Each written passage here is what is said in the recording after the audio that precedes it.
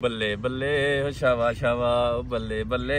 इस वेले रमजान के महीने में असीं धमाल क्यों पा रहे हैं, पर जिड्डी खुशी है ना इस बारी ईद होसी टिका के होसी ईदी दे कपड़े जुतियां शापिंगां ही शापिंगां होसन। उदी वजह पता है कि ये सरकार जनाब पूरे 10,000 रुपये का चैक मेरे नां ते गल दिता है। जरा नेड़े करके विखाया जाए ना।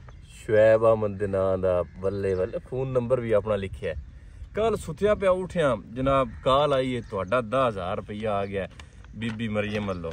मैं क्या जनाब बड़ा कम हो गया ये ते इस बारी मुड़ ईद घरां दे जे ते इंजे ही वंडदे रहे होए ना पैसा ते मुड़ ते हकदार तक अपड़ गया समझो। ठीक है, ये वीडियो बनाने का मकसद ये नहीं कि कोई थोड़ वडियाई करना।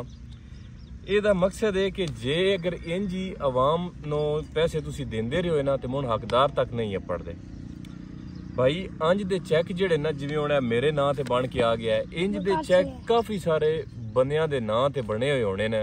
ਮਿਹਰਬਾਨੀ ਕਰਕੇ ਕੋਸ਼ਿਸ਼ ਇਹ ਕਰਿਆ ਕਿ ਉਹਨਾਂ ਦੇ ਹੱਕਦਾਰ ਤੱਕ ਪੜਾਵਿਆ ਪੈਸੇ ਕਢਾ ਕੇ। ਅਸਾਂ ਤੇ ਹੱਕਦਾਰ ਢੂੰਡ ਲਿਆ ਮੇਰਾ ਚਾਚਾ ਸਹੀ ਤੇ ਇਹ ਜਿਹੜੇ ਮੇਰੇ ਨਾਂ ਤੇ ਪੈਸੇ ਆਏ असा ये कढ़वा के ना रमज़ान दे एक पैकेज 10,000 रुपये का असी ये कढ़वा के चाचे दिया ते जे बंदे मुतमिन ना होए तो दोबारा वीडियो बना लवां दे देने पिया। लेकिन उम्मीद है कि बंदे शायद उंज ही समझ जान दे। सिर्फ वीडियो इस वजह तो बनाई है पहली गल कि अंज दे चैक पिछली बारी भी फजूल बंदियां ने पैसा वंडिया गया जिन्हां नूं जरूरत कोई ना आई तो हुण भी यही सीन बन रहा। जेकर मेरे नामे ते चैक बने तो काफ़ी सारे बंदियां दे नां ते चैक बने होना है, लेकिन वो आप ही लैके ईद नहीं मना जानी। उहदी कोशिश करनी है कि कोई माड़े बंदे दा भला हो जाए किसी दा।